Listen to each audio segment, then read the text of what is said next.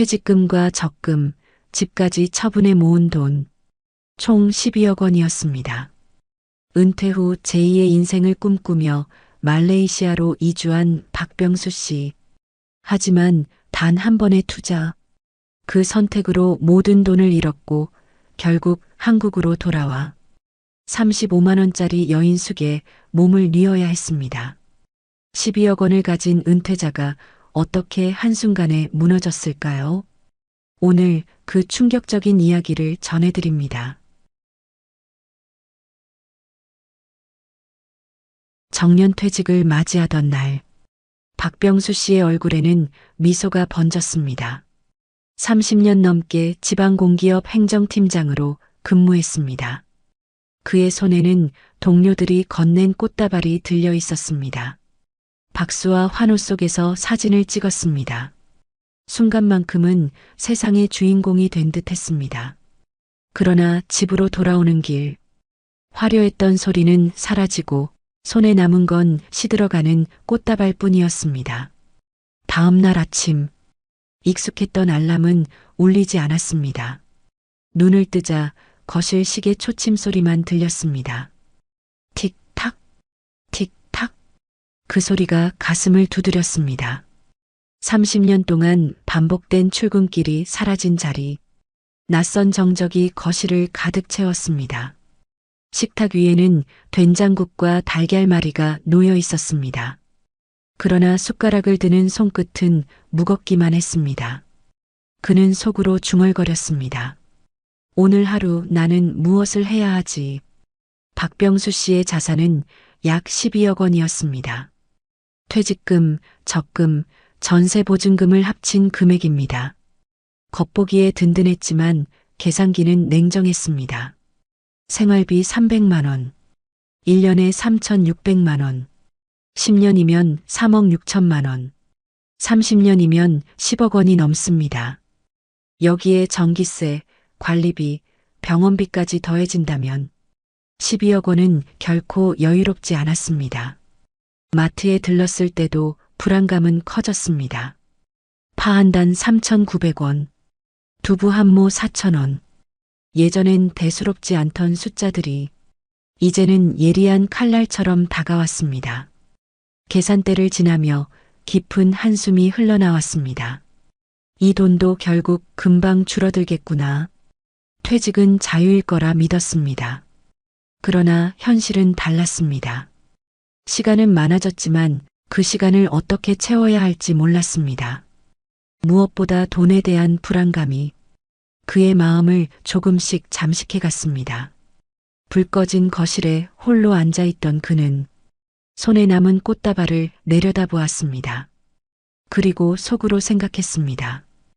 퇴직은 끝이 아니라 이제 진짜 전쟁의 시작일지도 모르겠다.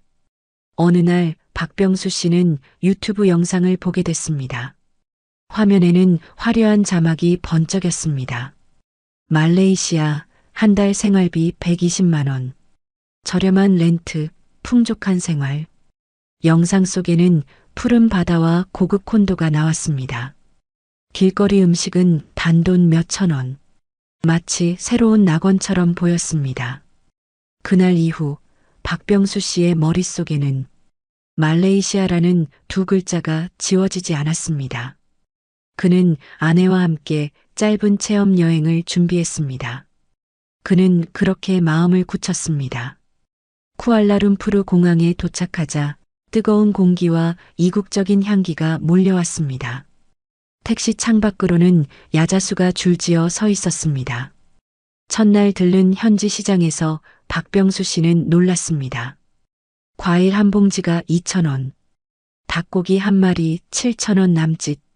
한국의 절반에도 못 미치는 가격이었습니다. 작은 식당에서 국수 한 그릇을 시켰습니다. 가격은 2,500원. 맛은 낯설었지만 지갑은 가볍지 않았습니다. 부동산을 찾아가 월세를 확인했습니다.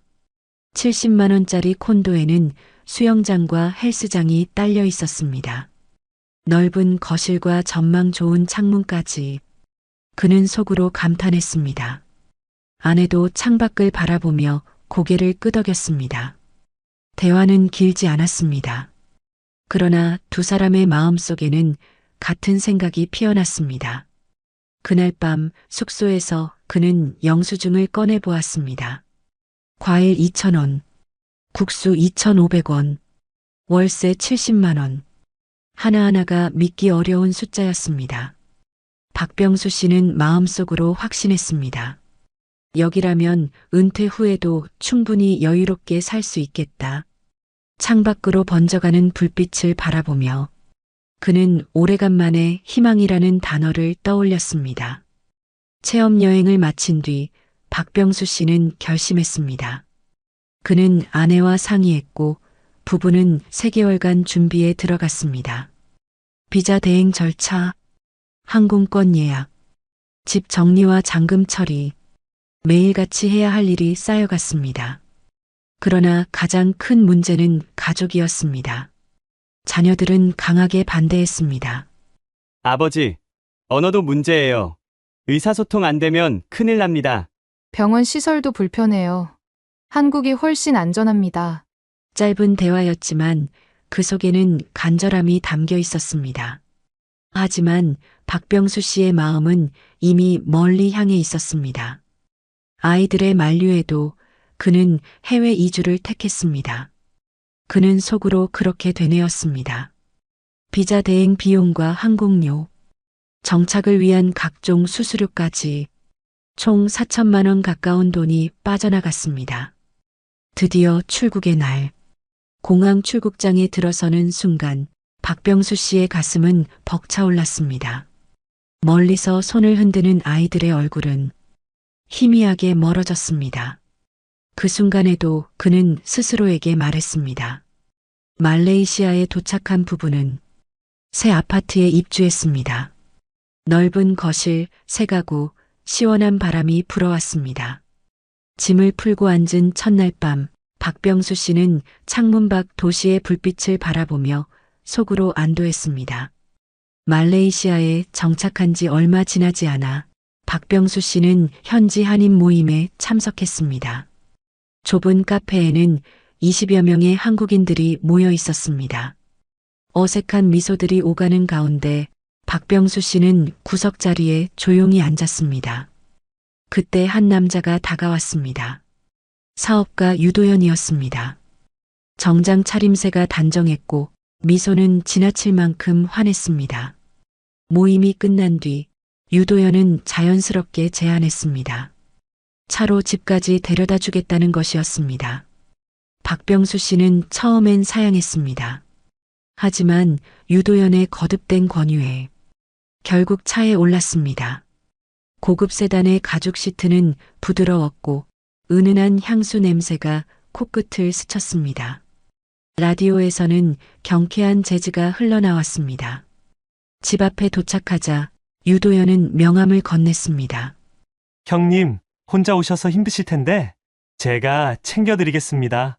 그의 말투는 매끄럽고 다정했습니다. 처음 만난 사람에게서 이런 배려를 받는다는 것이 박병수 씨에게는 낯설면서도 고마웠습니다. 이틀 뒤 유도현은 직접 전화를 걸었습니다. 은행 계좌 개설을 도와주겠다고 했습니다. 박병수 씨는 망설였습니다. 너무 친절한 것이 부담스럽기도 했습니다. 하지만 언어가 통하지 않는 상황에서 누군가의 도움은 절실했습니다. 다음 날 오전 유도현의 차가 아파트 앞에 도착했습니다. 조수석에는 젊은 여성이 앉아 있었습니다. 유도현은 리아를 소개했습니다.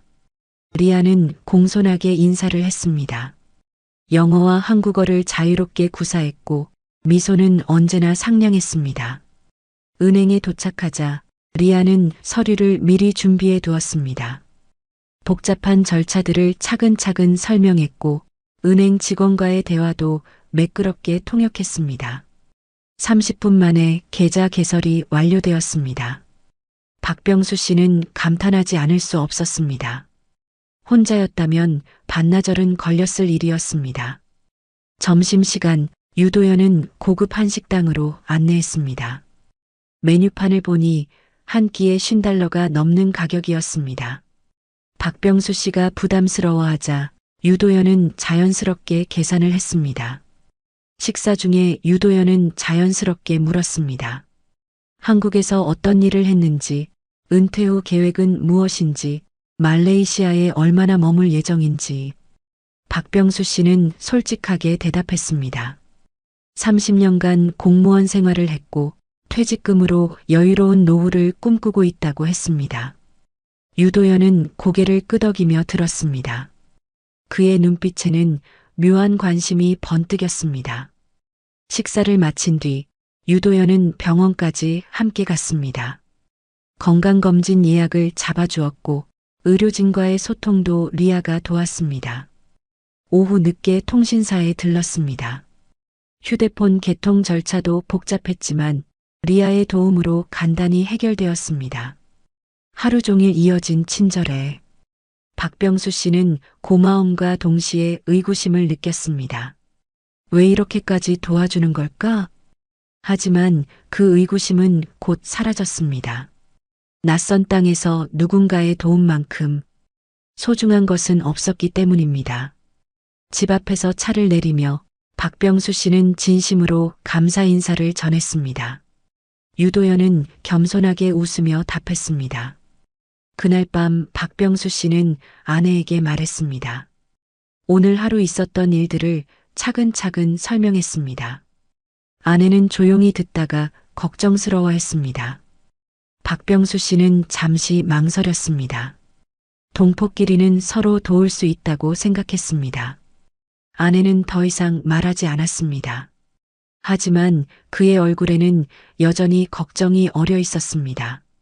며칠 뒤 유도연은 다시 연락을 했습니다. 이번에는 사무실로 초대했습니다. 박병수 씨는 망설였습니다. 아내의 경고가 머릿속을 스쳤습니다. 하지만 호기심이 더 컸습니다. 어떤 기회인지 궁금했습니다. 그리고 무엇보다 지금까지의 친절이 그의 판단을 흐렸습니다. 박병수 씨는 결국 약속을 잡았습니다. 그 순간부터 그는 위험한 길로 한 발짝 더 내딛기 시작했습니다. 언어가 통하지 않는 땅에서 누군가의 친절은 구원처럼 느껴졌습니다. 하지만 그 친절 뒤에 숨겨진 진짜 의도를 그는 아직 알지 못했습니다. 며칠 뒤 유도연은 박병수 씨에게 전화를 걸었습니다. 직접 보여드릴 게 있다고 했습니다. 그의 목소리에는 묘한 흥분이 섞여 있었습니다.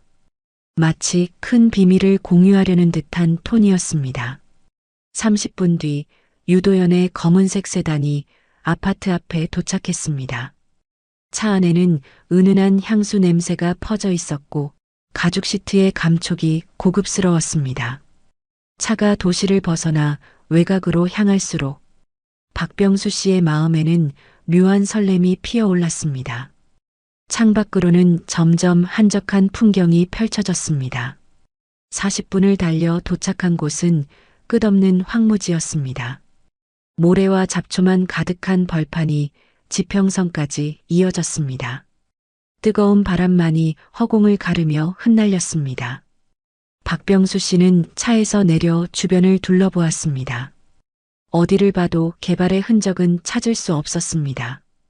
오래된 간판 몇 개만이 덩그러니 서 있을 뿐이었습니다. 여기에 무언가가 들어설 수 있을까? 그는 속으로 의구심을 품었습니다. 그 순간 유도연은 고급스러운 태블릿을 꺼냈습니다. 화면을 켜자 3D 조감도가 펼쳐졌습니다. 컬러풀한 그래픽이 눈길을 사로잡았습니다. 넓은 도로가 격자 모양으로 뻗어 있었고 그 사이로 현대적인 상가들이 줄지어 서 있었습니다.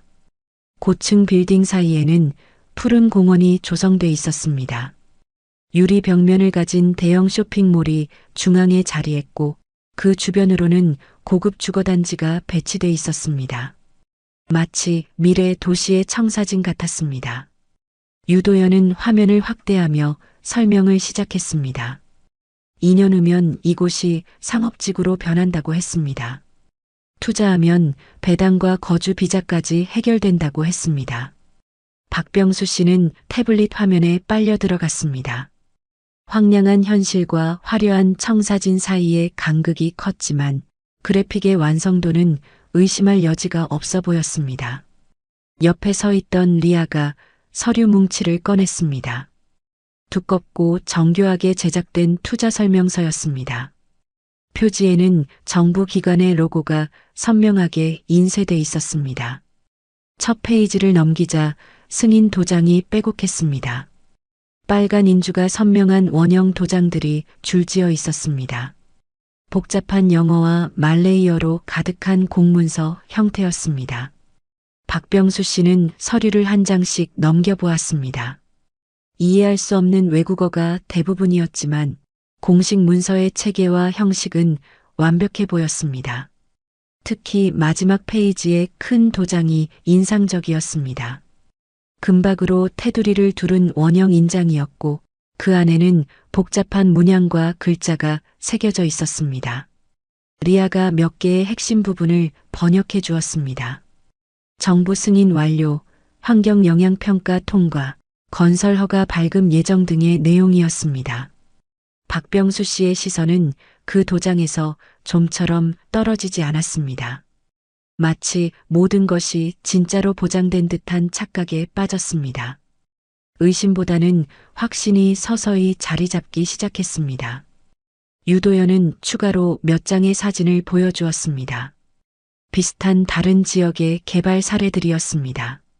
3년 전 황무지였던 곳이 지금은 번화가가 된 모습이었습니다. 이곳도 똑같은 과정을 거칠 겁니다. 유도연의 목소리에는 확신이 가득했습니다. 박병수 씨는 다시 주변을 둘러보았습니다. 여전히 황량한 벌판이었지만 이제는 다르게 보이기 시작했습니다. 머릿속에는 이미 화려한 상업지구가 그려지고 있었습니다. 사람들로 북적이는 거리, 화려한 네온사인, 활기찬 쇼핑몰과 카페들의 모습이 선명했습니다. 그는 자신도 모르게 그 일부가 되고 싶다는 욕망을 느꼈습니다. 투자만 하면 그 꿈 같은 미래를 소유할 수 있다는 생각이 가슴속을 서서히 파고들었습니다. 리아가 마지막으로 수익률표를 보여주었습니다. 1년차 15%, 2년차 25%, 3년차 40%의 배당금이 깔끔한 그래프로 정리돼 있었습니다. 은행 금리가 고작 3%인 현실과 비교하면 엄청난 수익률이었습니다. 박병수 씨의 계산기가 머릿속에서 돌아갔습니다. 10억 원을 투자하면 1년에 1억 5천만 원. 3년이면 원금의 80%를 배당금으로 받는 셈이었습니다. 게다가 원금은 그대로 남아있다는 조건이었습니다. 황무지 위에 서 있었지만 그의 상상 속에는 이미 화려한 미래가 펼쳐져 있었습니다. 현실과 환상 사이의 경계가 흐려지기 시작했습니다. 집으로 돌아오는 차 안에서 박병수 씨는 창밖으로 스쳐 지나가는 풍경을 바라보았습니다. 아직도 허허벌판의 이미지가 눈앞에 아른거렸지만 그 위에 덧씌워진 청사진이 더 선명하게 떠올랐습니다. 유도연은 마지막으로 한마디를 덧붙였습니다. 기회는 많지 않습니다. 조만간 결정해 주시면 좋겠어요. 그 말이 박병수 씨의 마음을 더욱 재촉했습니다. 늦으면 기회를 놓칠 수도 있다는 조급함이 피어올랐습니다. 그날 밤 그는 깊은 잠에 들지 못했습니다. 뒤척이며 천장을 바라보았습니다. 머릿속에서는 수익률 계산이 끝없이 반복됐습니다. 이 정도 기회라면 잡아야 하지 않을까? 그의 마음은 조금씩 한쪽으로 기울기 시작했습니다. 위험한 선택을 향해 한 발짝씩 다가가고 있었습니다. 집으로 돌아온 저녁 박병수 씨는 현관문을 열며 깊은 한숨을 내쉬었습니다. 하루 종일 머릿속을 맴돌던 청사진이 아직도 선명했습니다. 아내는 거실에서 뜨개질을 하고 있었습니다. 그녀는 박병수 씨의 얼굴을 보자마자 무언가 달라졌음을 느꼈습니다. 평소보다 들뜬 표정이었고 걸음걸이도 가벼웠습니다. 그의 옷깃에서 낯선 향이 났습니다. 익숙하지 않은 고급 향수 냄새였습니다. 차 안의 가죽 시트와 에어컨 냄새도 섞여 있었습니다. 아내는 뜨개질을 멈추고 조용히 걱정을 표했습니다. 짧은 대사였지만 그 속에는 깊은 걱정이 담겨 있었습니다. 결혼 30년 동안 쌓인 직감이 경고하고 있었습니다. 박병수 씨는 순간 아무 말도 하지 못했습니다. 아내의 예리한 시선이 불편했습니다. 하지만 곧 마음을 다잡고 소파에 앉았습니다. 그는 그동안 감춰두었던 계획을 털어놓기로 했습니다. 더 이상 숨길 수도 숨기고 싶지도 않았습니다. 오히려 아내를 설득할 수 있다는 자신감이 생겼습니다. 박병수 씨는 천천히 설명을 시작했습니다. 도시 외곽의 광활한 땅 이야기부터 꺼냈습니다. 지금은 황무지지만 2년 후면 상업지구가 된다고 했습니다. 아내는 뜨개질 바늘을 내려놓고 귀를 기울였습니다. 표정은 점점 굳어져 갔지만 끝까지 들었습니다. 그는 태블릿으로 본 3D 조감도에 대해서도 말했습니다. 현대적인 쇼핑몰과 고층 빌딩들, 넓은 도로와 아름다운 공원까지 마치 꿈 같은 미래 도시의 모습이었다고 했습니다. 정부 승인 서류 이야기도 빠뜨리지 않았습니다. 빨간 도장이 가득한 공식 문서들, 환경평가 통과, 건설 허가 예정 등 모든 절차가 완료됐다는 내용이었습니다. 아내의 얼굴은 점점 어두워졌습니다. 하지만 박병수 씨는 계속 말을 이어갔습니다. 수익률 표까지 자세히 설명했습니다. 그는 수익률에 대해 흥미진진하게 설명했습니다. 계산기를 꺼내 구체적인 숫자까지 보여주었습니다. 10억 원 투자하면 1년에 1억 5천만 원. 생활비 3년치가 배당금으로 나온다고 강조했습니다. 마지막으로 그는 가장 중요한 부분을 말했습니다. 투자 증명서만 있으면 장기 거주 비자도 쉽게 받을 수 있다고 했습니다. 더 이상 비자 걱정 없이 말레이시아에서 살 수 있다는 것이었습니다. 아내는 한동안 말이 없었습니다. 뜨개질 바늘을 만지작거리며 깊이 생각에 잠겼습니다. 거실의 시계 소리만이 정막을 가르고 있었습니다. 오랜 침묵 끝에 아내가 입을 열었습니다. 목소리는 떨렸지만 단호했습니다. 그녀는 강하게 반대 의사를 표명했습니다. 30년 넘게 모은 퇴직금을 한순간에 잃을 수 있다고 했습니다. 아내의 목소리는 점점 높아졌습니다. 평생 들어본 적 없을 만큼 격한 어조였습니다. 황무지 개발과 외국 서류를 의심했습니다. 그런 사기가 얼마나 많은지 걱정했습니다. 박병수 씨는 당황했습니다. 아내가 이렇게 강하게 반대할 줄은 몰랐습니다. 오히려 좋은 기회라고 칭찬해 줄 거라 생각했습니다. 아내는 유도연의 친절을 의심했습니다. 공짜 친절이 제일 비싸다고 경고했습니다. 아내의 말에는 날카로운 통찰이 있었습니다. 30년 인생 경험이 주는 직관이었습니다.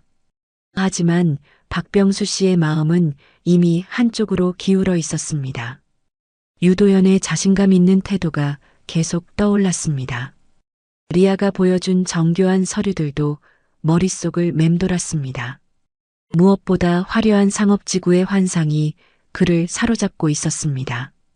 황량한 현실보다 아름다운 청사진이 더 진짜 같았습니다. 박병수 씨는 아내를 설득하려 노력했습니다. 기회를 놓치면 후회할 거라고 강조했습니다. 하지만 아내의 표정은 더욱 굳어졌습니다. 다른 사람들의 투자와 자신들을 구분해야 한다고 했습니다. 아내의 반박은 논리적이었습니다. 하지만 박병수 씨에게는 들리지 않았습니다. 그날 밤 부부는 서로 다른 침묵 속에 잠들었습니다.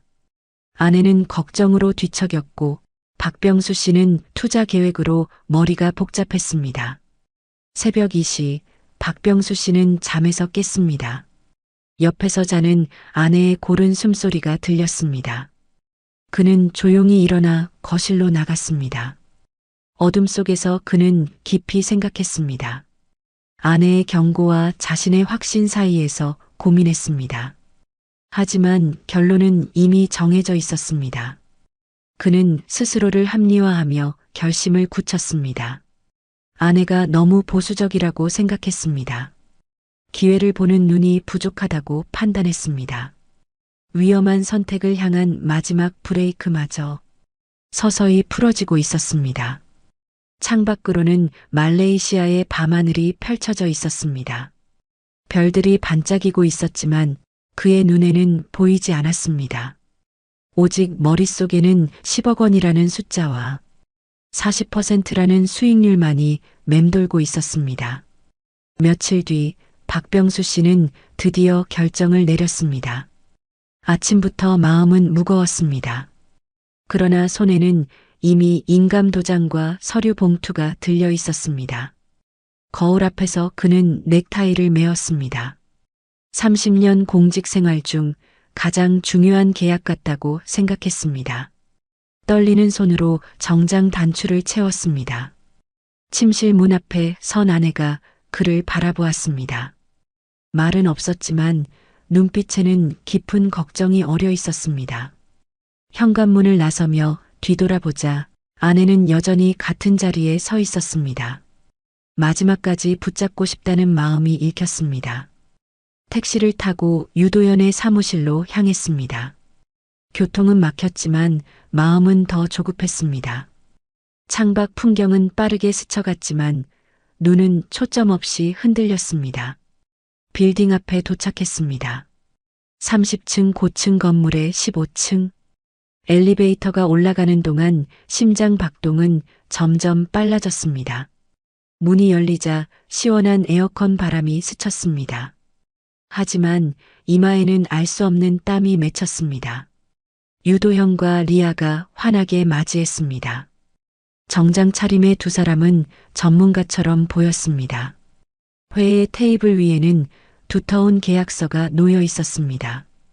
30여 페이지에 달하는 분량, 각종 도장과 서명란이 선명했습니다.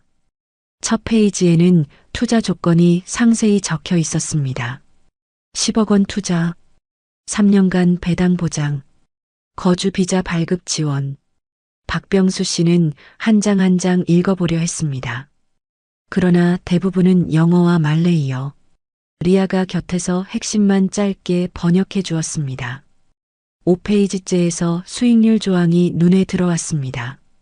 1년차 15%, 2년차 25%, 3년차 40%. 숫자를 보는 순간 그의 가슴이 뛰었습니다. 10페이지 근처에는 정부 승인 관련 서류가 있었습니다. 환경부, 건설부, 경제부.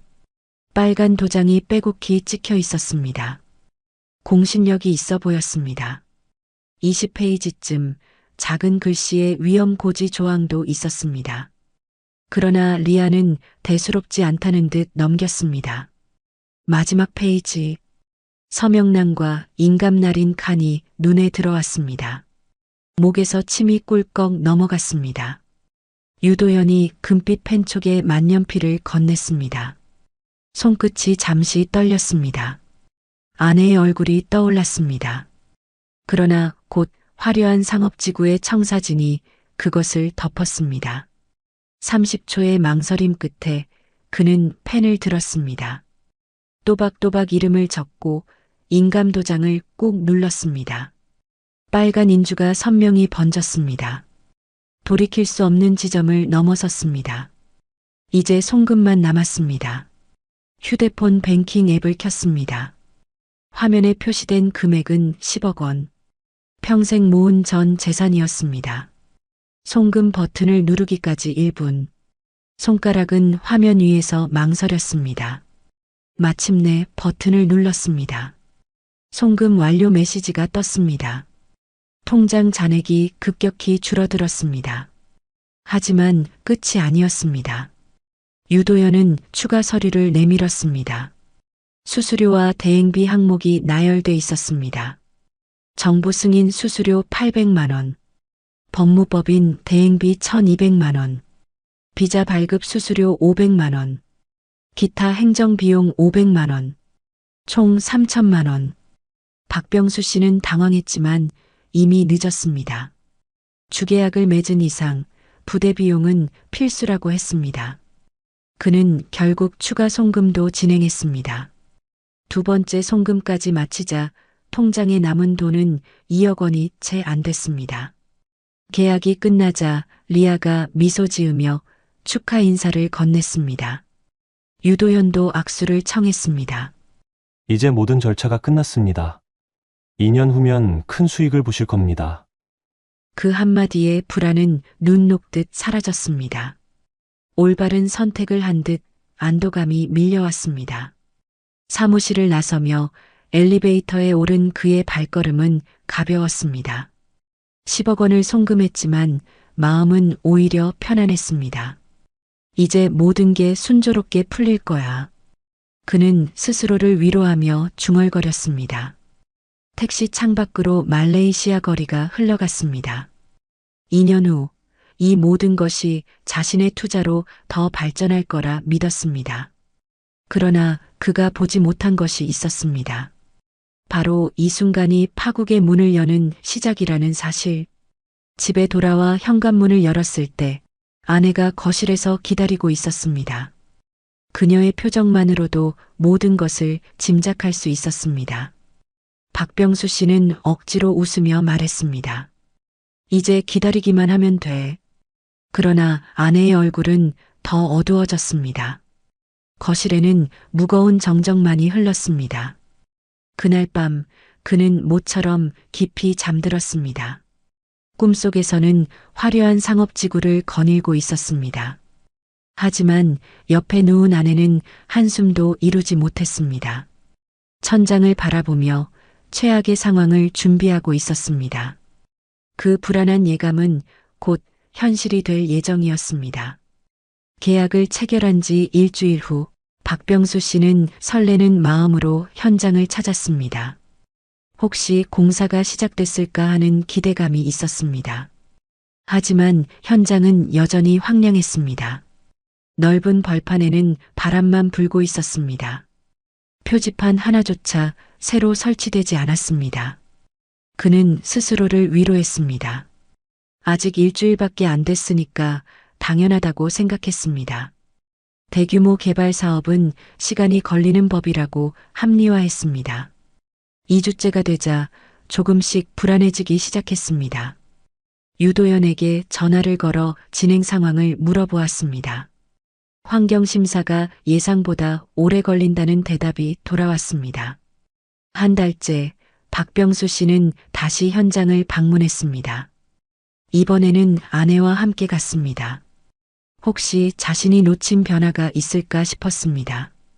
현장에 도착한 아내는 한숨을 내쉬었습니다. 한 달 전과 완전히 똑같은 모습이었습니다. 잡초만 조금 더 자란 것 말고는 변화가 없었습니다. 정말 여기에 뭔가 지어질까요? 아내의 목소리에는 의심이 가득했습니다. 박병수 씨는 답변을 피했습니다. 대신 유도현에게 다시 연락해보겠다고 했습니다. 하지만 속으로는 점점 불안감이 커지고 있었습니다. 6주째 유도현에게서 연락이 왔습니다. 환경부의 추가 심사 수수료가 필요하다고 했습니다. 800만 원을 더 입금해달라는 요청이었습니다. 박병수 씨는 당황했습니다. 계약서에는 그런 내용이 없었습니다. 하지만 유도현은 예상치 못한 행정 절차라고 설명했습니다. 고민 끝에 800만 원을 추가로 송금했습니다. 이미 10억 원을 투자한 상황에서 800만 원 때문에 전체를 포기할 수는 없다고 생각했습니다. 2개월째에 접어들자 더 이상 참을 수 없었습니다. 박병수 씨는 유도현의 사무실로 직접 찾아갔습니다. 명확한 답변을 듣고 싶었습니다. 사무실에 도착하니 분위기가 이상했습니다. 리셉션 데스크에는 아무도 없었습니다. 복도는 을씨년스럽게 조용했습니다. 유도현의 사무실 문을 두드렸지만 응답이 없었습니다. 문손잡이를 돌려보니 잠겨 있지 않았습니다. 조심스럽게 문을 열고 들어가 보았습니다. 사무실 내부는 텅 비어 있었습니다. 며칠 전까지 있던 책상과 의자가 모두 사라졌습니다. 벽에 걸렸던 인증서들도 흔적도 없이 없어졌습니다. 바닥에는 커피 얼룩과 종이 조각들만 남아 있었습니다. 창문 블라인드는 반쯤 내려져 있었고 먼지가 햇빛에 날리고 있었습니다. 박병수 씨는 그 자리에 멍하니 서 있었습니다. 현실을 받아들이기가 어려웠습니다. 꿈을 꾸고 있는 것 같은 기분이었습니다. 급하게 리아의 휴대폰으로 전화를 걸었습니다. 하지만 전화는 연결되지 않았습니다. 현재 사용할 수 없는 번호입니다라는 안내만 들렸습니다. 유도연의 번호도 마찬가지였습니다. 어제까지 통화가 됐던 번호가 갑자기 불통이 되었습니다. 모든 연락처가 한순간에 차단된 것이었습니다. 빌딩 관리사무소에 문의해 보았습니다. 임대인이 며칠 전 갑자기 이사를 갔다고 했습니다. 임대료도 밀린 채로 야반도주했다는 설명이었습니다. 박병수 씨는 다리에 힘이 풀렸습니다. 복도 벤치에 주저앉아 머리를 감쌌습니다. 10억 원이 한순간에 사라져버린 현실이 실감났습니다. 그날 오후 그는 현장을 다시 찾았습니다. 마지막 희망이라도 붙잡아 보려는 심정이었습니다. 혹시 공사가 몰래 진행되고 있을까 싶었습니다. 하지만 현장은 여전히 황무지였습니다. 심지어 예전에 있던 표지판마저 사라져 있었습니다. 바람에 날린 비닐봉지만 덩그러니 굴러다니고 있었습니다. 그 순간 모든 것이 거짓이었음을 깨달았습니다. 화려한 3D 조감도도, 정부 승인 서류도, 높은 수익률 약속도 모두 허상이었습니다. 손에 남은 것은 무용지물이 된 계약서 한 장뿐이었습니다. 두툼한 도장이 여전히 선명했지만 이제는 아무런 의미가 없는 종이 조각이었습니다. 박병수 씨는 계약서를 바닥에 떨어뜨렸습니다. 바람에 날린 종이가 흙먼지와 함께 굴러갔습니다. 그의 꿈도 함께 날아가는 것 같았습니다. 집으로 돌아가는 길은 너무나 길었습니다. 택시기사에게 현재 상황을 설명할 수도 없었습니다. 그저 창밖을 바라보며 깊은 절망에 빠져 있었습니다. 현관문을 열자 아내가 거실에서 기다리고 있었습니다. 그녀는 박병수 씨의 얼굴만 봐도 상황을 알 수 있었습니다. 30년 부부 생활의 직감이었습니다. 사기당한 거죠? 아내의 조용한 한마디가 모든 것을 정리했습니다. 박병수 씨는 고개를 끄덕일 수밖에 없었습니다. 말로 설명하기엔 너무 복잡하고 부끄러웠습니다. 그저 소파에 털썩 주저앉았습니다. 10억 원이 다 날아갔어요? 아내의 목소리는 떨렸지만 담담했습니다. 다시 한번 고개를 끄덕였습니다. 추가로 송금한 800만 원까지 합치면 총 10억 8천만 원이 증발한 상황이었습니다. 아내는 더 이상 아무 말도 하지 않았습니다. 그녀는 조용히 방으로 들어가 문을 닫았습니다. 거실에는 박병수 씨 혼자만 남았습니다. 그날 밤 그는 깊은 허무감 속에서 하룻밤을 보냈습니다. 천장을 바라보며 계속 생각했습니다. 어떻게 이런 일이 일어날 수 있는지 이해할 수 없었습니다. 30년 공직 생활에서 쌓은 경험도 신중한 성격도 아무 소용이 없었습니다. 달콤한 유혹 앞에서는 모든 것이 무력했습니다. 새벽이 되자 한 가지 사실이 명확해졌습니다. 이제 진짜 절망의 시간이 시작된다는 것이었습니다. 남은 돈으로는 한국에서의 삶도 불투명했습니다. 창밖으로 말레이시아의 새벽이 밝아오고 있었습니다. 하지만 박병수 씨의 마음속은 여전히 깊은 어둠이었습니다. 희망이라는 단어는 이미 사전에서 사라져버린 것 같았습니다. 사기 사실을 확인한 첫날 밤, 박병수 씨는 거실 소파에서 움직이지 못했습니다. 시간이 멈춘 것 같았습니다. 현실이 믿어지지 않았습니다. 벽시계가 밤 11시를 가리키고 있었습니다. 12시, 1시, 2시가 지나도 그는 그대로 앉아 있었습니다. 머릿속에서는 같은 생각이 끝없이 맴돌았습니다. 정말 10억 8천만 원이 사라진 건가? 혹시 꿈은 아닐까? 내가 뭔가 잘못 본 건 아닐까? 휴대폰을 꺼내 은행 앱을 다시 열어보았습니다. 통장 잔액은 여전히 1억 2천만 원이었습니다. 송금 내역을 확인했습니다. 10억 원, 3천만 원, 800만 원. 모든 기록이 선명하게 남아 있었습니다. 유도연의 번호로 다시 전화를 걸어보았습니다. 현재 사용할 수 없는 번호입니다. 똑같은 안내 멘트만 반복됐습니다. 리아의 번호도 사무실 번호도 마찬가지였습니다. 모든 연락처가 완전히 차단된 상태였습니다. 그제야 사기라는 현실이 조금씩 실감나기 시작했습니다. 새벽 4시가 되어서야 박병수 씨는 잠자리로 향했습니다. 하지만 잠은 오지 않았습니다. 눈을 감으면 유도연의 환한 미소가 떠올랐습니다. 리아가 보여준 화려한 청사진도 선명했습니다. 어떻게 그렇게 완벽하게 속일 수 있지? 나는 왜 의심하지 못했을까? 아내의 경고를 왜 듣지 않았을까? 후회와 자책이 파도처럼 밀려왔습니다. 베개에 얼굴을 묻고 한참을 울었습니다. 30년 넘게 흘리지 않았던 눈물이었습니다. 둘째 날 아침, 박병수 씨는 거울을 보고 놀랐습니다. 하룻밤 사이에 10년은 늙어 보였습니다. 눈가에는 깊은 주름이 패여 있었습니다. 아침을 차려놓은 아내 앞에서도 말이 없었습니다. 숟가락을 들었다가 내려놓기를 반복했습니다. 목구멍으로 아무것도 넘어가지 않았습니다. 아내는 애타면서도 조심스러운 목소리로 뭐라도 먹어보라고 권했습니다. 박병수 씨는 고개만 저었습니다. 입을 열면 울음이 터질 것 같았습니다. 차라리 침묵이 나았습니다. 오전 내내 그는 현장을 다시 찾았습니다. 혹시 공사가 시작됐을까 하는 마지막 희망 때문이었습니다. 하지만 여전히 황무지였습니다. 벌판 한가운데 서서 하늘을 올려다보았습니다. 구름 한 점 없는 맑은 하늘이었습니다. 그 하늘이 원망스러웠습니다. 왜 이렇게 맑은 거야? 내 기분처럼 비라도 와야 하는 거 아니야? 점심때가 되어도 식욕이 없었습니다. 오후에는 은행을 찾아갔습니다.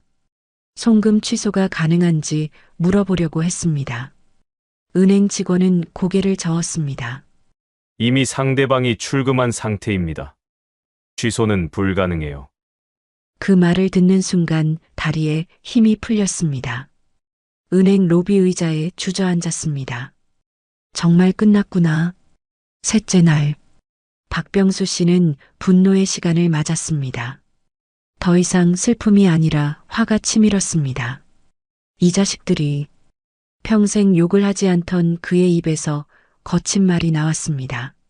거실을 서성거리며 주먹을 꽉 쥐었습니다. 유도현과 리아의 얼굴이 떠오를 때마다 때려주고 싶은 충동이 일었습니다. 계약서를 꺼내 찢어버리고 싶었습니다. 하지만 그것마저도 증거라고 생각해 참았습니다. 대신 벽을 주먹으로 쳤습니다. 아프지도 않네.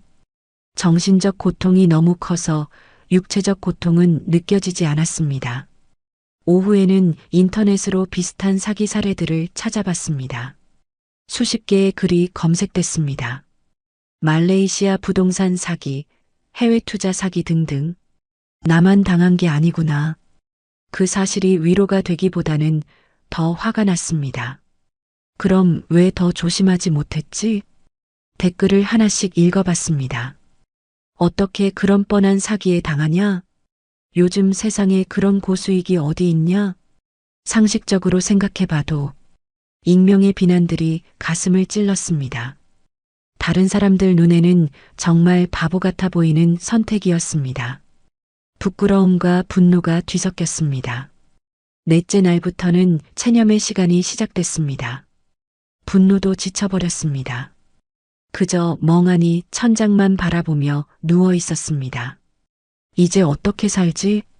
남은 1억으로 뭘 할 수 있지? 아내에게 뭐라고 말하지? 생각할수록 막막했습니다. 은퇴 후 30년을 버틸 돈이 필요했는데 이제 3년도 버티기 어려운 상황이 됐습니다. 아내는 말없이 그 곁을 지켰습니다. 따뜻한 차를 내어주기도 하고 조용히 어깨를 만져주기도 했습니다. 미안해. 박병수 씨가 겨우 꺼낸 첫 마디였습니다. 아내는 지금은 미안하다는 말할 때가 아니라고 했습니다. 어떻게 할지 생각해야 한다며 단단한 목소리로 말했습니다. 5째 날 저녁, 박병수 씨는 마침내 현실을 받아들이기 시작했습니다. 울어도 화를 내도 후회해도 사라진 돈은 돌아오지 않는다는 사실을 거실에 앉아 계산기를 꺼냈습니다. 남은 돈 1억 2천만 원. 말레이시아에서의 생활비를 계산해 봤습니다. 월 생활비 200만 원으로 잡으면 5년, 150만 원으로 줄이면 6년 8개월. 그 이후는 완전히 빈털터리가 됩니다. 한국으로 돌아가야겠다. 그는 마침내 결론을 내렸습니다. 아내는 고개를 끄덕였습니다. 그게 맞는 것 같아요. 여기 있으면 계속 상처만 받을 거예요. 그날 밤 부부는 오랜만에 대화를 나눴습니다. 귀국 계획, 생활비 절약 방법, 앞으로의 삶에 대한 이야기를. 여전히 절망적이었지만 적어도 현실을 받아들일 준비는 됐습니다. 이제 진짜 새로운 시작을 해야 했습니다. 6일째 아침, 박병수 씨는 일어나 세수를 했습니다. 며칠 만에 제대로 한 세수였습니다. 거울 속 자신은 여전히 초라했지만 눈빛만큼은 조금 달라져 있었습니다. 이제 정말 끝났구나. 하지만 아직 끝이 아니야. 다시 시작해야 해. 그는 항공료를 알아보기 시작했습니다. 말레이시아에서의 마지막 며칠을 정리하며 한국에서의 새로운 삶을 준비했습니다. 절망의 나락에서 6일을 보낸 후 박병수 씨는 마침내 다시 걸을 준비를 마쳤습니다. 비록 무너진 채로였지만 그래도 걸어야 했습니다. 10억이 사라졌다는 사실은 박병수 씨의 머리를 짓눌렀습니다. 은행 이체 내역은 분명 존재했지만 그 돈이 어디로 흘러갔는지는 알 수 없었습니다. 그는 경찰서를 찾았습니다. 사무실에 폐쇄 정황과 계약서를 내밀며 사기 피해를 호소했습니다. 그러나 담당자는 냉정하게 말했습니다. 해외 부동산 사건은 한국 법으로 다루기 어렵습니다. 현지 수사 협조 없이는 진행이 힘듭니다.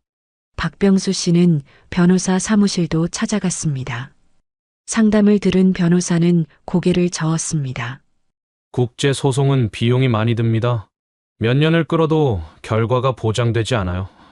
책상 위 견적서에는 수천만 원이 적혀 있었습니다. 그 순간 그는 무력감을 느꼈습니다. 집으로 돌아왔을 때 아내는 깊은 한숨을 내쉬고 있었습니다. 박병수 씨의 얼굴을 보자 차갑게 말했습니다. 당신은 돈만 잃은 게 아닙니다. 제 믿음도 잃었어요. 짧은 한마디였지만 그보다 더 무거운 심판은 없었습니다. 그날 밤 거실에 앉아있던 그는 계약서를 다시 꺼내 들었습니다. 굵은 도장은 여전히 선명했지만 이제는 아무 의미도 없었습니다. 돈을 잃은 절망보다 더 큰 고통은 가족의 신뢰마저 잃었다는 사실이었습니다. 박병수 씨는 천천히 눈을 감았습니다. 머릿속에는 신뢰라는 두 글자만이 가슴을 깊게 파고들고 있었습니다.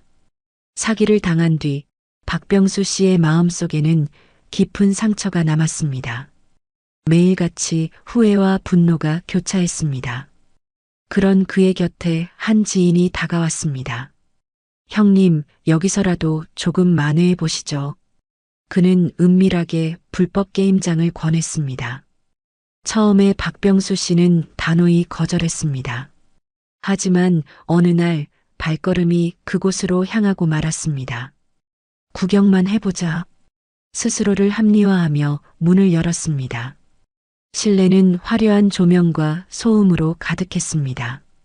화면 위 숫자들이 쉴 새 없이 바뀌고 사람들의 환호와 탄식이 뒤섞였습니다.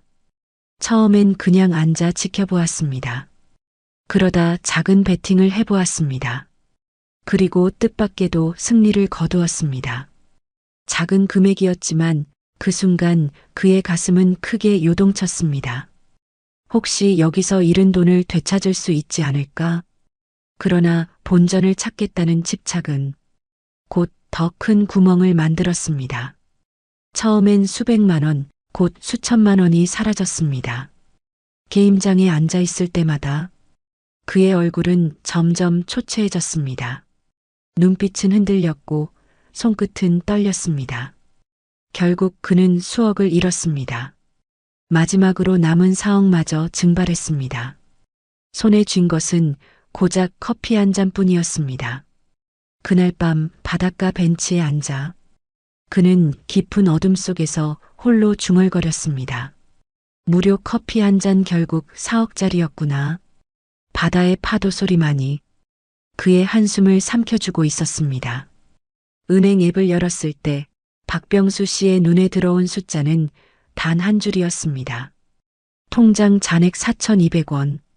그 순간 그는 더 이상 숨을 쉴 수 없을 만큼 답답했습니다. 아이들에게 전화를 걸었습니다. 머뭇거리며 조심스럽게 말을 꺼냈습니다. 아빠가 지금 좀 힘들다. 혹시 조금만 도와줄 수 있겠니? 그러나 돌아온 대답은 차가웠습니다. 아버지, 저희도 버티기 힘들어요. 죄송하지만 지금은 도와드릴 수 없습니다. 짧은 말이었지만 그 말 속에는 단호함이 담겨 있었습니다. 그날 밤 아내는 깊은 한숨을 내쉬었습니다. 이대로는 돌아갈 수도 없다며 결국 친정에 손을 벌렸습니다. 그렇게 모은 돈으로 겨우 편도 항공권 2장을 마련할 수 있었습니다. 돌아가는 길조차 스스로 해결할 수 없었던 현실. 그 사실이 박병수 씨의 가슴을 무겁게 짓눌렀습니다. 공항으로 향하는 택시 안. 두 사람은 한마디 말도 하지 못했습니다.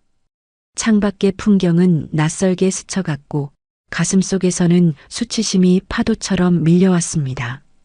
비행기에 오르자 아내의 눈가에서 눈물이 흘렀습니다. 박병수 씨는 그 눈물을 바라보며 아무 말도 할 수 없었습니다.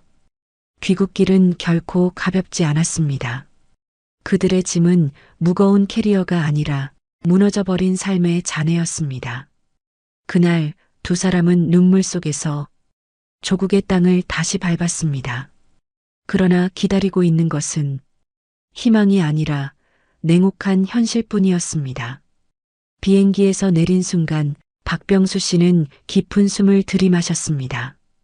익숙한 공기였지만 그 공기는 더 이상 따뜻하지 않았습니다. 한국에 돌아왔지만 갈 곳은 없었습니다.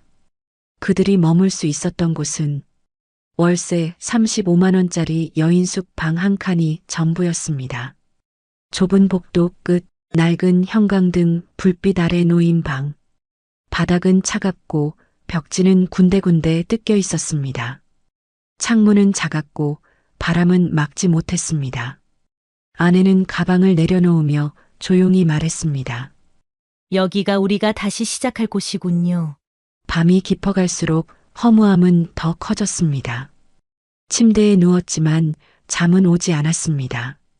천장에 달린 희미한 전등을 바라보며 박병수 씨는 자신에게 물었습니다. 어쩌다 이렇게까지 된 걸까? 예전 직장 동료들에게 전화를 걸어보았습니다. 그러나 받지 않거나 짧은 인사만 건넸습니다. 나중에 다시 연락드리겠습니다. 그 말은 끝내 현실이 되지 않았습니다. 한때는 함께 웃고 술잔을 기울이던 사람들이 지금은 모두 그의 곁을 떠났습니다. 그는 깊이 깨달았습니다. 돈이 있을 때는 사람이 모여들었지만 돈이 떨어지자 사람도 떨어져 나갔습니다. 돈이 떨어지면 사람도 떨어지는구나. 그는 마음속으로 그렇게 중얼거렸습니다. 그날 밤 여인숙의 어두운 천장 아래에서 박병수 씨는 오래도록 눈을 감지 못했습니다. 반지하보다 더 깊게 가라앉은 마음만이 그를 짓누르고 있었습니다. 귀국 후의 삶은 고단했습니다. 새벽마다 골목길에는 박병수 씨의 발자국 소리가 울렸습니다. 그는 낡은 손수레를 끌고 폐지를 주었습니다. 신문지, 박스, 빈캔 하나하나를 주워 담으며 이게 지금 내 일상이구나 스스로에게 되뇌었습니다. 밤이 되면 이번엔 아내의 차례였습니다. 작은 편의점에서 야간 근무를 섰습니다. 한밤중에 홀로 계산대를 지키는 아내의 뒷모습은 그의 마음을 더욱 무겁게 만들었습니다. 부부의 삶은 한없이 초라했지만 서로를 의지하기에 버틸 수 있었습니다. 아내는 돌아와 항상 짧게 말했습니다. 힘들어도 우린 같이 있잖아요. 그렇게 시간이 흘렀습니다. 6개월 뒤 그들은 조금의 희망을 찾을 수 있었습니다. 보증금 500만 원짜리 단칸방으로 옮길 수 있었습니다. 좁지만 창문이 있었고 흐릿한 햇살이 방 안으로 들어왔습니다. 그 빛은 마치 새로운 시작을 알리는 듯 했습니다. 짐을 정리하던 날 아내는 잠시 멈추더니 그를 바라보며 말했습니다. 우린 아직 남은 사람들이야. 짧은 한마디였지만 그 말은 칼날처럼 날카로우면서도 동시에 따뜻한 위로가 되었습니다. 그 순간 박병수 씨는 깊이 깨달았습니다. 진짜 파산은 돈이 아니었습니다. 통장의 숫자가 아니라 함께하는 사람의 신뢰를 잃는 것이었습니다. 그는 무너졌던 가슴 속에 다시 작은 불씨가 타오르는 것을 느꼈습니다. 시간은 흘러 어느 날 박병수 씨에게 작은 기회가 찾아왔습니다. 아파트 경비직 채용 공고였습니다. 그는 망설임 없이 지원했습니다. 며칠 뒤 합격 소식을 들었을 때 눈가가 붉어졌습니다. 이제 나도 다시 일어설 수 있구나. 아내 역시 주간 근무로 전환할 수 있었습니다. 밤마다 홀로 계산대를 지키던 생활에서 벗어나 낮에 함께 밥을 먹을 수 있게 된 것입니다. 부부는 여전히 넉넉하지 않았지만 이전과는 다른 안정감을 느끼기 시작했습니다. 박병수 씨는 스스로 3가지 원칙을 세웠습니다. 첫째, 투자 금지 1년. 아무리 좋은 제안이 와도 다시는 덤벼들지 않겠다는 다짐이었습니다. 둘째, 사기와 도박 유혹은 반드시 거절. 작은 친절에도 경계하고 무료라는 말에 흔들리지 않기로 했습니다. 셋째, 매주 가족과 20분 대화. 돈이 아닌 신뢰가 진짜 자산이라는 걸 이제는 누구보다 잘 알았기 때문입니다. 아침마다 근무복을 입고 경비실로 향할 때 그는 더 이상 부끄럽지 않았습니다. 작은 수입이었지만 그 안에는 땀과 정직이 담겨 있었습니다. 아내와 함께 밥상에 마주 앉아 짧게라도 웃을 수 있다는 사실이 무너졌던 마음을 조금씩 다시 세워주었습니다. 그의 삶은 아직 넉넉하지 않았습니다. 그러나 이제는 믿음을 회복하는 길 위에 서 있었습니다. 그리고 그 길 위에서 비로소 새로운 희망을 바라볼 수 있었습니다. 박병수 씨의 이야기는 특별한 한 사람의 실패담이 아닙니다. 은퇴 후 누구에게나 찾아올 수 있는 현실입니다. 넉넉하다고 믿었던 돈이 한순간의 선택으로 사라질 수도 있고 든든하다고 여겼던 인간관계가 돈 앞에서 무너질 수도 있습니다. 혹시 지금 달콤한 제안 앞에 서 계시다면 오늘의 이야기를 꼭 기억하시기 바랍니다. 진짜 자산은 돈이 아니라 끝까지 곁에 남아주는 사람과 신뢰라는 사실을요. 이 영상이 도움이 되셨다면 구독과 알림 설정으로 함께 해주시기 바랍니다. 여러분의 한 번의 클릭이 저희에게는 큰 힘이 됩니다. 10명 중 7명이 결국 이 8가지 이유 때문에 노후가 흔들립니다. 하지만 미리 알면 막을 수도 있습니다. 오늘은 8사람의 삶을 따라가며 우리가 놓치고 살았던 진실과 그 속에서 배울 수 있는 작은 해답들을 함께 살펴보겠습니다. 혹시 내일의 내 모습은 아닐까 같이 들어보시죠.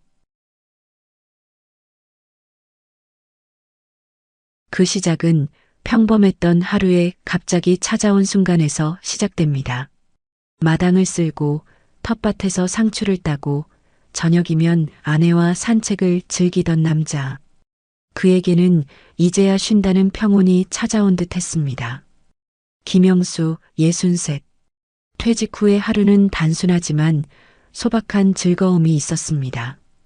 아침이면 빗자루로 마당을 쓸고 참새가 날아드는 모습을 보며 잠시 허리를 펴곤 했습니다. 점심엔 텃밭에 나가 상추를 따다가 아내에게 건넸습니다. 오늘 저녁엔 고기 굽고 쌈 싸먹자고. 아내는 그 말을 들을 때마다 미소를 지었습니다. 저녁이면 두 사람이 손을 잡고 동네를 산책했습니다. 가로등 불빛이 길게 들이우는 골목길에서 아내가 물었습니다. 여보, 이제야 좀 쉬는 것 같지? 저는 웃으며 대답하곤 했습니다. 그러게. 늦게 온 방학이지만 그래도 왔네. 그 대화는 은퇴 후 가장 큰 위로이자 기쁨이었습니다. 그런데 어느 날 산책 도중 갑자기 가슴이 조여오더니 땅이 기울었습니다. 숨이 막히고 발걸음이 흔들렸습니다. 아내의 놀란 목소리가 멀리서 울리는 것 같았습니다. 여보! 여보! 정신을 차렸을 때는 이미 병실이었고 의사는 단호하게 말했습니다. 심장 혈관이 막혔습니다. 바로 수술해야 합니다. 하지만 문제는 수술이 끝나고 나서 시작됐습니다. 수술은 다행히 성공했습니다. 하지만 그 후가 더 힘들었습니다. 병실 창문 너머로 비가 내리던 날 의사가 내민 진료비 내역에는 빼곡한 숫자가 적혀 있었습니다. 입원비, 재활치료비, 약값이 이어졌습니다. 보험이 있으니 괜찮을 거라 생각했지만 비급여 항목은 모두 본인 부담이었습니다. 한번 병원을 다녀올 때마다 두꺼운 고지서가 쌓였습니다. 서랍 속 적금을 깨고 오래된 차를 팔았습니다. 여행 가방에 넣어두었던 지도와 카메라는 꺼내보지도 못한 채 다시 밀려 들어갔습니다. 다음에 가자. 라는 말이 점점 공허해졌습니다. 아내의 눈빛도 제 목소리도 점점 힘을 잃어갔습니다. 2년쯤 지나자 생활비마저 카드빚으로 막아야 했습니다. 저는 카드 명세서를 들여다보다가 깊은 한숨을 내뱉었습니다. 은퇴 후엔 여행 다니며 살고 싶었는데 병원비 내느라 다 날렸어. 아내는 말없이 고개를 저었고 싱크대 물소리가 켜졌다 꺼졌다를 반복했습니다. 물 떨어지는 소리가 주방에 메아리쳤고 그게 아내의 한숨이라는 걸 저는 알았습니다. 밤마다 아내는 장부를 들여다보며 전기요금과 가스요금을 계산했습니다. 저는 옆에서 모른 척 TV를 켜지만 화면 속 웃음소리가 우리 집에는 들어오지 않았습니다. 병은 몸만이 아니라 통장과 마음까지 앓게 만들었습니다. 하지만 여기서 배울 점도 있습니다. 병은 누구에게나 찾아오지만 대비는 할 수 있습니다. 정기검진으로 위험 신호를 조기에 발견하고 보장성 보험이나 실손보험을 현실적으로 준비해 둔다면 병원비가 삶 전체를 흔드는 일은 줄어듭니다. 또한 혼자 감당하려 하지 말고 가족 지역 건강센터 복지관의 도움을 찾는 것도 방법입니다. 병은 우리의 몸을 흔들 수 있어도 우리의 노후 전체를 빼앗게 두지는 않아야 합니다. 그리고 이런 아픔은 때로는 가장 가까운 가족을 향한 마음에서 또 다른 무게가 되어 돌아오기도 합니다. 그 이야기가 바로 다음 장면입니다. 이번에는 또 다른 길에서 시작됩니다. 아이를 향한 마음, 그리고 부모로서의 자부심이 어떻게 노후를 흔들었는지의 이야기입니다. 박정호 68. 퇴직하던 날 은행 창구에서 퇴직금을 받았습니다. 묵직한 서류 봉투를 들고 나올 때 그는 속으로 되뇌었습니다. 이제는 노후 걱정 없겠구나. 이제는 좀 숨 쉴 수 있겠지. 그날 저녁 아내와 마주 앉아 오랜만에 소고기를 구워 먹었습니다. 여보, 그동안 고생 많았어. 아내의 눈가에는 눈물이 맺혔지만 웃음도 함께 있었습니다. 정호 씨는 젓가락을 들며 말했습니다. 앞으로는 우리 여행도 다니고 손주도 자주 보면서 살자고. 그날은 오랜만에 웃음이 많던 밤이었습니다. 하지만 며칠 뒤 큰아들이 조심스레 이야기를 꺼냈습니다. 결혼을 앞두고 있었지만 집값이 치솟아 전세금이 부족했던 겁니다.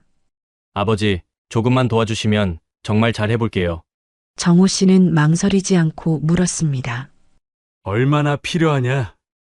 그때의 그는 계산보다 사랑을 택했습니다. 전세금을 보태주고 가전제품도 사주었습니다. 아내는 조심스럽게 물었습니다. 여보, 우리 노후 생활비는 괜찮을까? 정호 씨는 환하게 웃으며 대답했습니다. 애들 키워놓은 보람이 이런 데서 나오는 거지. 돈은 다시 벌면 되잖아. 그날의 웃음은 오래가지 않았습니다. 몇 해 뒤 아들이 또다시 찾아와 말했습니다. 아버지, 이번에는 사업을 해보려고요. 작은 카페인데 전망이 좋아요. 정호 씨는 아들의 눈빛에서 젊은 날 자신의 모습을 보았습니다. 그때의 자신도 부모에게는 늘 미안했지만 희망만큼은 가득했으니까요. 얼마면 되겠니? 그는 또다시 지갑을 열었습니다.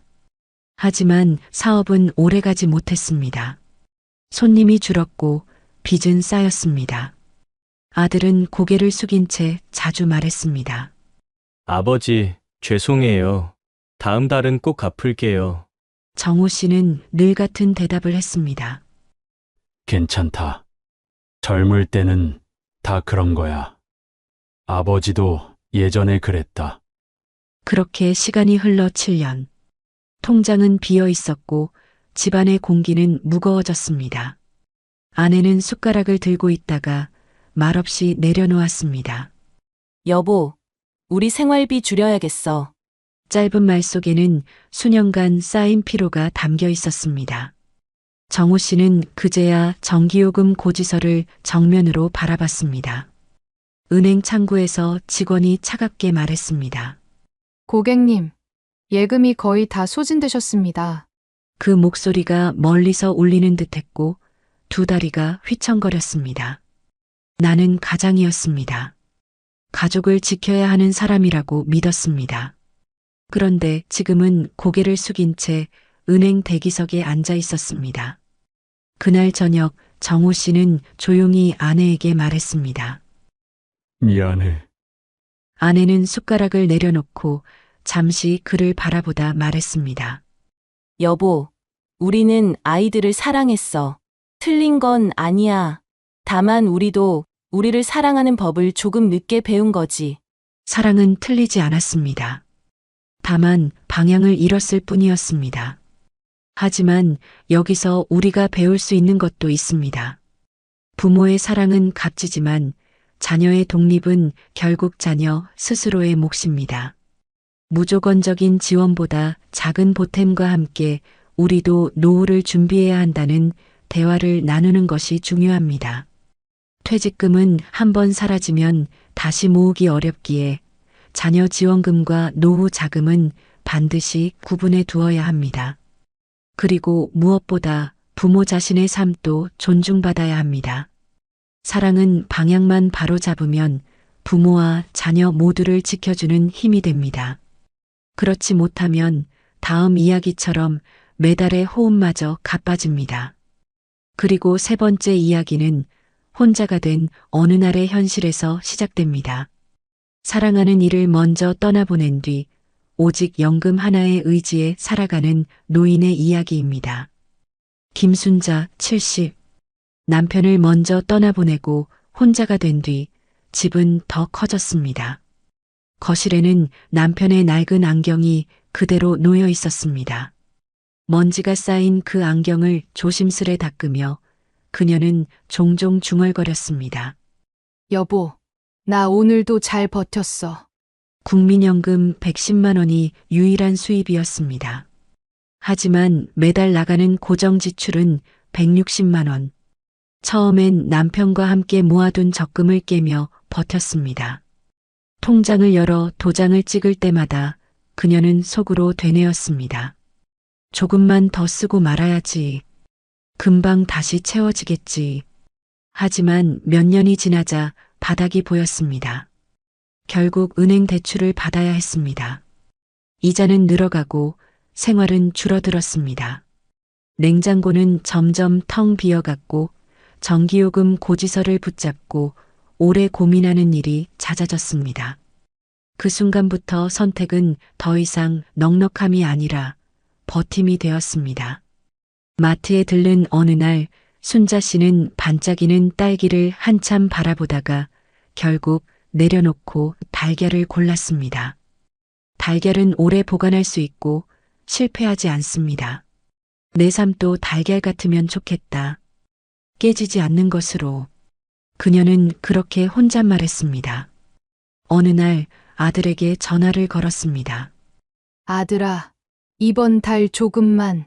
수화기 너머로 아이 우는 소리와 급한 숨소리가 겹쳤습니다. 엄마, 미안해. 나도 이번 달이 빠듯해서. 그 말이 미움이 아니라는 걸 알면서도 마음이 무너졌습니다.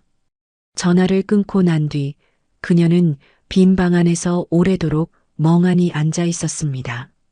며칠 뒤 시장에서 김치가게 사장이 물었습니다. 아주머니, 배추 다듬을 줄 아세요? 순자 씨는 고개를 끄덕였습니다. 며칠 동안 배추를 다듬고 무거운 봉지를 옮겼습니다. 허리는 쑤셨지만 집으로 돌아오는 길은 조금 덜 무거웠습니다.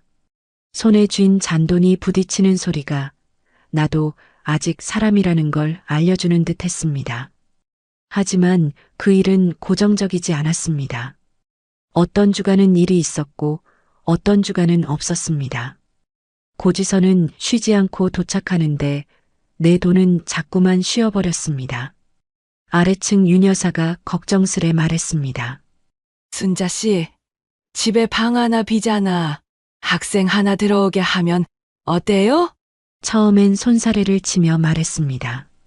아이고, 남의 사람을 어떻게 들여요? 하지만 밤에 빈 방을 바라보면 마음이 달라졌습니다. 그곳은 남편의 책이 있던 자리. 책장에는 아직 그가 끼워둔 종이 쪽이 그대로 있었습니다. 며칠을 망설이다가 그녀는 결국 속으로 말했습니다. 여보, 방 하나 빌려주려고 해. 괜찮지? 대답은 없었지만 허락을 받은 듯 마음이 가벼워졌습니다. 그렇게 한 달에 일정한 돈이 들어오기 시작했습니다. 많진 않았지만 매달 꾸준히 들어왔습니다. 그 돈은 단순한 돈이 아니었습니다. 매일 덮쳐오던 불안을 조금 덜어주는 작은 불빛이었습니다. 작은 불빛 하나가 방안을 바꾸듯 어떤 선택은 삶의 공기를 바꿉니다. 그리고 이 이야기에서 우리가 배울 수 있는 건 분명합니다. 연금만으로는 부족할 수 있습니다. 하지만 방을 빌려주는 것처럼 작은 임대 수입 혹은 일용직이라도 꾸준히 이어갈 수 있는 부업을 찾아두는 게 큰 힘이 됩니다. 또한 지출을 줄이는 것 못지않게 지역복지관이나 기초연금의료비, 지원 같은 제도를 적극적으로 활용하는 것도 필요합니다. 노후의 삶은 완벽한 풍족이 아니라 작은 불빛 하나를 더하는 선택에서 달라질 수 있습니다. 다음 이야기는 그 불빛마저 꺼뜨리는 믿음의 무너짐에 관한 이야기입니다. 이번 이야기는 돈을 잃은 순간보다 더 크게 믿음을 잃은 순간에 관한 이야기입니다. 이도현 65. 퇴직 후에도 그는 늘 부지런했습니다.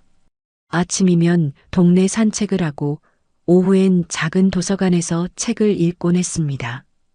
이웃들은 말했습니다. 도현 씨는 참 성실해.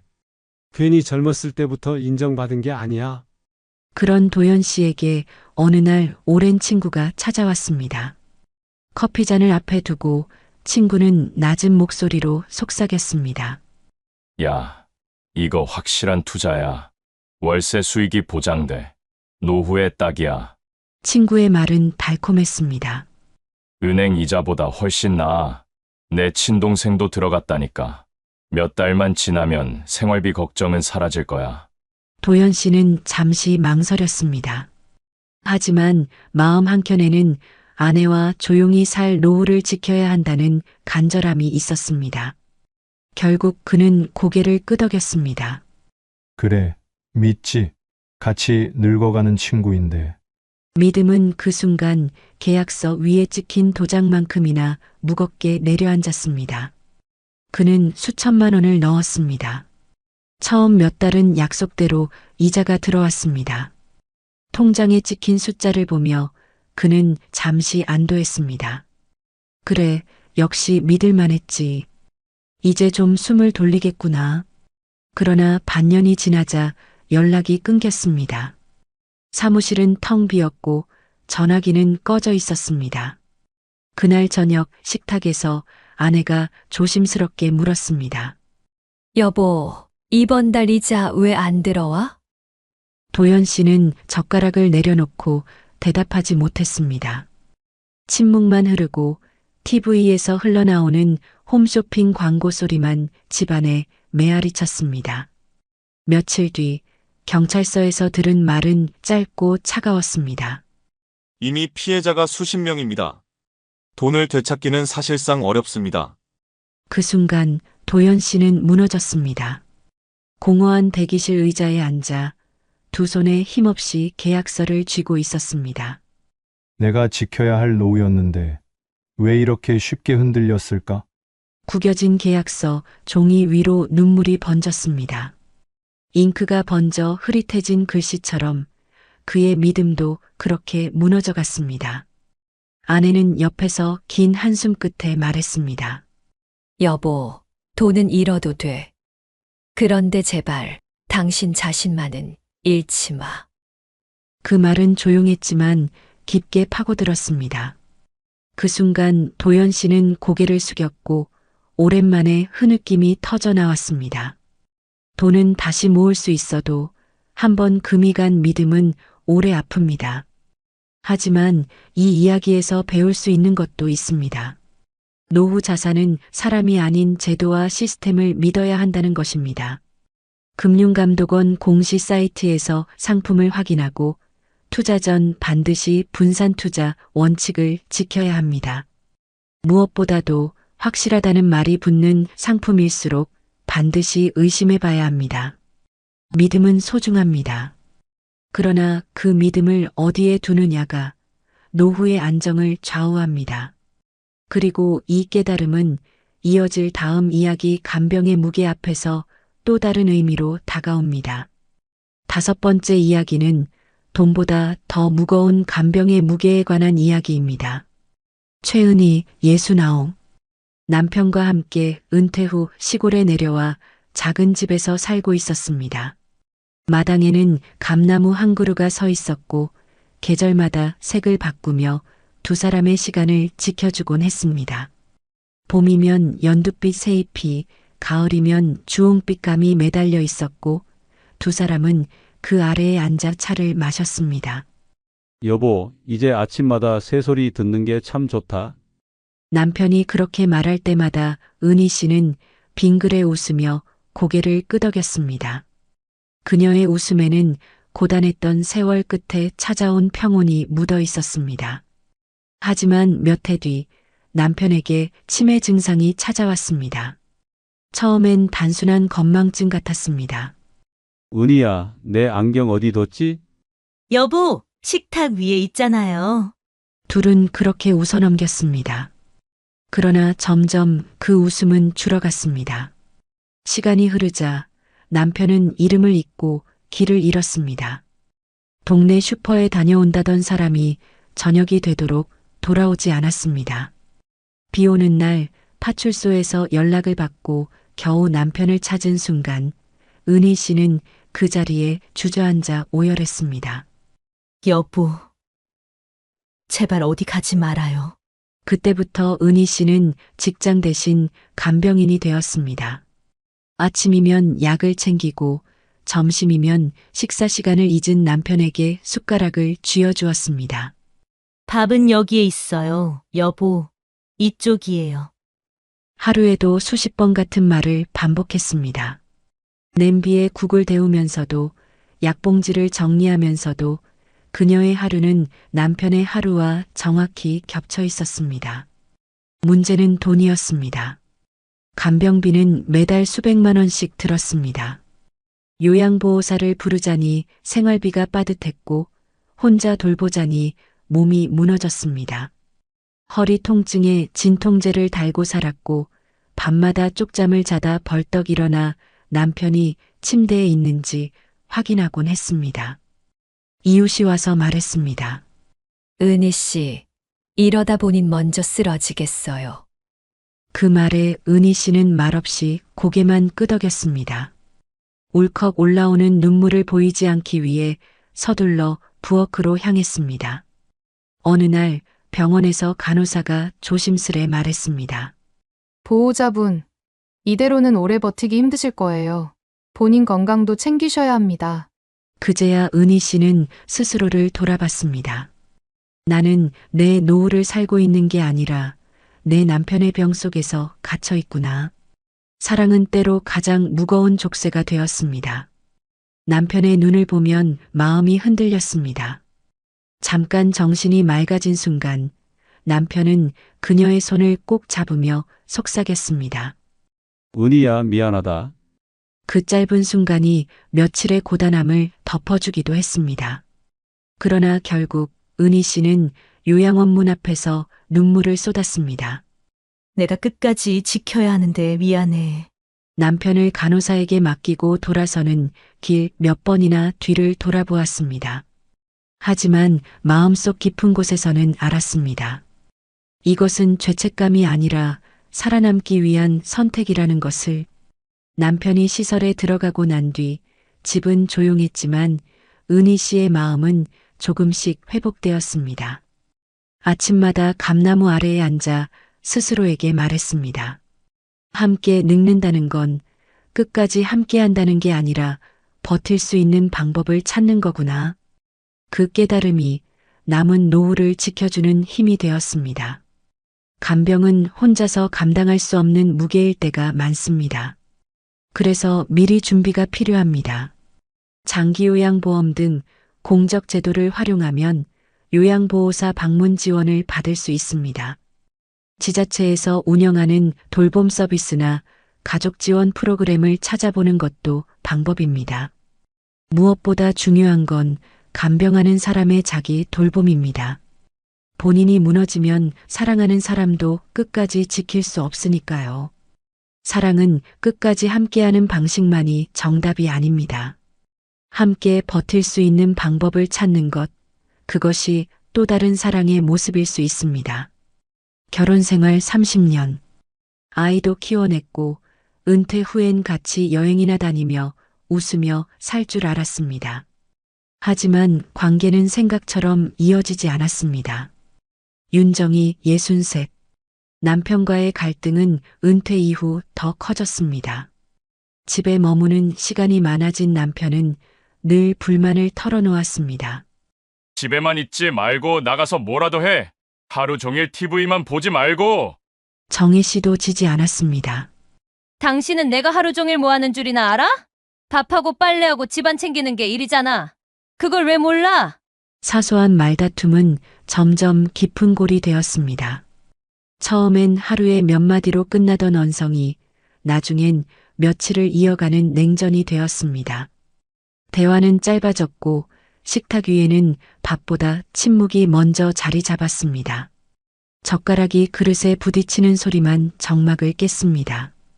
아이들이 독립하고 나니 두 사람만 남은 집은 더 쓸쓸했습니다. 벽에 걸린 가족 사진 속의 미소와 달리 현실의 집은 냉랭했습니다. 사진 속에서 두 사람은 활짝 웃고 있는데 지금의 두 사람은 서로의 눈을 피했습니다. 결국 남편이 먼저 말했습니다. 우리 이쯤에서 그만두자. 그 말은 날카로웠지만 오래 준비된 듯 담담했습니다. 정희 씨는 순간 대답을 잃었습니다. 뭐라고? 지금 진심이야? 남편은 천천히 고개를 끄덕였습니다. 황혼의 이별은 단순히 마음만 갈라놓지 않았습니다. 집을 팔고 재산을 나누는 과정에서 윤정희 씨는 절반의 노후 자금을 잃었습니다. 서류에 도장을 찍을 때마다 손끝이 떨렸습니다. 이게 정말 끝인가 같이 산 세월은 어디로 간 거지? 30년을 함께 쌓은 기억이 도장 한 번에 갈라지는 듯 했습니다. 혼자가 된 뒤 그녀는 작은 월세집으로 들어갔습니다. 월세는 꾸준히 지출을 늘렸고 연금은 반으로 줄었습니다. 낯선 원룸에서의 첫날 밤 정희 씨는 불 꺼진 천장을 오래도록 바라보다가 결국 눈물을 흘렸습니다. 습관처럼 옆자리를 더듬었지만 그곳은 텅 비어 있었습니다. 무엇보다 힘든 건 정서적 공백이었습니다. 오랜 세월 부부라는 이름으로 살아왔는데 하루아침에 홀로라는 사실을 받아들이기 어려웠습니다. 시장에 가도 집에 돌아와도 밥상 앞에도 늘 물음표가 따라왔습니다. 이제 누구와 밥을 먹어야 하지, 누구와 아플 때 기대야 하지. 그 질문이 매일 밤마다 찾아왔습니다. 가끔 아이들이 전화를 걸어왔습니다. 엄마, 잘 지내지? 정희 씨는 늘 짧게 대답했습니다. 그래, 잘 지내. 하지만 전화를 끊고 나면 방 안의 고요가 더 크게 울렸습니다. 옆방에서 흘러나오는 이웃 TV 소리조차 그녀에겐 낯설고 멀리 느껴졌습니다. 황혼 이혼은 재산도 나누지만 삶의 지지대까지 반으로 잘라버립니다. 그리고 홀로 남은 시간은 생각보다 길고 무겁습니다. 정희 씨는 그 무게를 견디며 다시 혼자 살아가는 법을 배워야 했습니다. 황혼 이혼은 끝이 아니라 또 다른 시작일 수 있습니다. 실제로 이혼 뒤 지역 평생교육원, 동호회, 봉사활동 등을 통해 새로운 인간관계를 쌓는 분들이 많습니다. 재정적으로는 혼자 사는 가계 구조를 재정비해야 합니다. 월세 연금 지출을 다시 설계하는 것이 필요합니다. 무엇보다 중요한 건 이제는 내 인생을 내가 주인으로 산다는 마음가짐입니다. 혼자가 된다는 건 무너짐이 아니라 다시 세워나갈 기회이기도 합니다. 정희 씨가 홀로의 삶에 적응해 가듯 누구나 새로운 길을 찾을 수 있습니다. 퇴직금으로 새로운 인생을 꿈꾸는 사람들이 많습니다. 내 가게 하나쯤은 해봐야지. 하지만 그 꿈은 종종 빚으로 끝납니다. 김성호 66, 30년 직장 생활을 마치고 그는 동네 상가에 치킨집을 열었습니다. 새 간판이 걸린 날 유리창에 붙은 반짝이는 스티커가 햇빛을 받아 빛났습니다. 처음엔 가게 앞이 북적였습니다. 퇴근길 직장인들이 치킨을 사갔고 근처 학원 아이들이 엄마 손을 잡고 들어왔습니다. 친구들도 찾아와 축하해 주었습니다. 성호야, 드디어 사장님 됐네? 잘 될 거야. 사진도 찍고 맥주잔도 부딪혔습니다. 그날 밤 가게 불빛은 늦게까지 꺼지지 않았습니다. 첫 한두 달은 정말 잘 되는 것 같았습니다.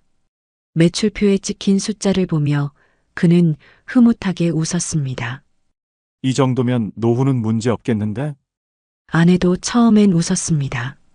여보, 이제 진짜 우리가 주인이지. 잘해보자. 그러나 손님은 오래가지 않았습니다. 새로운 프랜차이즈가 바로 옆 블록에 들어섰고 배달앱 수수료는 매달 늘어갔습니다. 최저임금이 오르면서 아르바이트생 인건비까지 부담이 커졌습니다. 계산기를 두드릴수록 수익은 줄고 빚은 늘어갔습니다.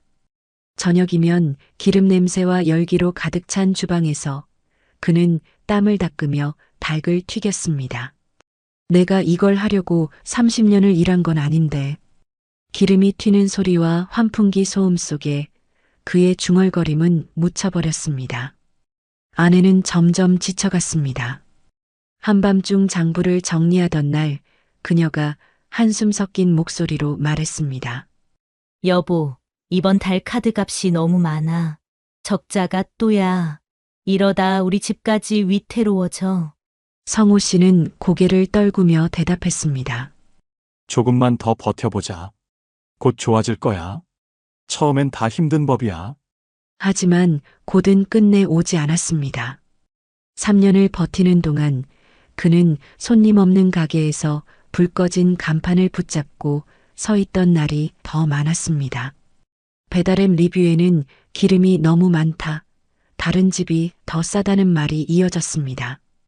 밤마다 그는 리뷰창을 들여다보다 휴대폰을 내려놓고 깊은 한숨을 내쉬었습니다. 자정 무렵 홀 청소를 하던 그는 텅 빈 의자들을 바라보며 스스로에게 물었습니다. 내가 뭘 잘못한 걸까, 아니면 애초에 시작이 잘못된 걸까? 결국 가게 문을 닫았습니다.